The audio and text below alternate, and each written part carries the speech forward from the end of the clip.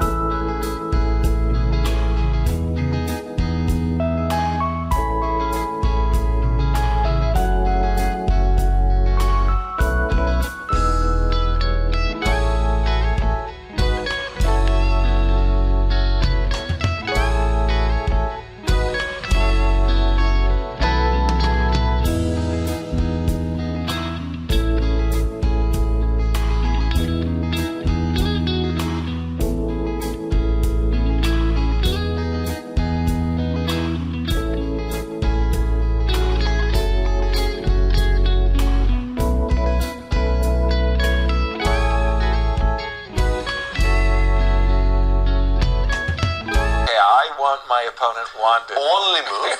Right, to stop mate. Knight takes e4, threat is coming back, mate. Reintroducing this idea, and this is somehow just completely equal. Well, actually check the board because Anish has taken. He's taken on a6, and MVL hasn't played Bishop d5. Hasn't played Bishop d5. Bishop d5 was kind of winning.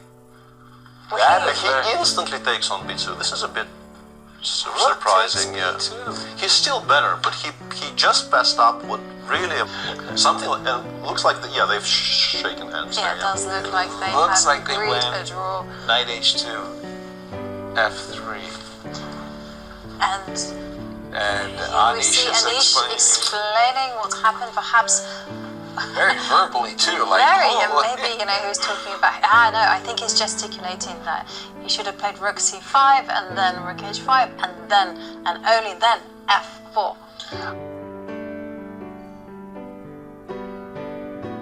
And there you see. For Anish, this must be very unwanted feelings, I want to say, because he prepped this very, very nicely. He got his prep and he mixed it up. He obviously intended rook c5 followed by f4, played f4 first, Peter, and lost some pretty impressive preparation. I didn't really particularly fancy the idea of at some point blundering rook h8 mate. That's a three-result game. No, but currently we're threatening this fork, and we're not actually getting mated here. Black is playing for a win at least a little bit, but it's understandable that he didn't want to really get too involved with this. So he went bishop takes h3, and unfortunately for him, white can just recapture, and here... And the white king is forced into f1, otherwise a mate that's been around since the 7th century. Arabian mate, yes. So they've already repeated once, and if you could somehow bring the other knight into like if you could in this position play something like knight f4 or knight h5, maybe even stronger, right, you would be winning. But if you play knight e4, it doesn't throw away the draw because this perpetual is always going to be here. Okay. In fact, I suspect he will play something like this just to check what Anish does in response. Knight e4? No, then I could lose a rook, right? Now we've lost, yeah. Yeah, and I've lost the rook. And in fact, it's mate and 8 with this very beautiful move, knight g4. Yeah. Beautiful. Beautiful. 8. You gotta stop rook h2 coming your way. But something like rook e3,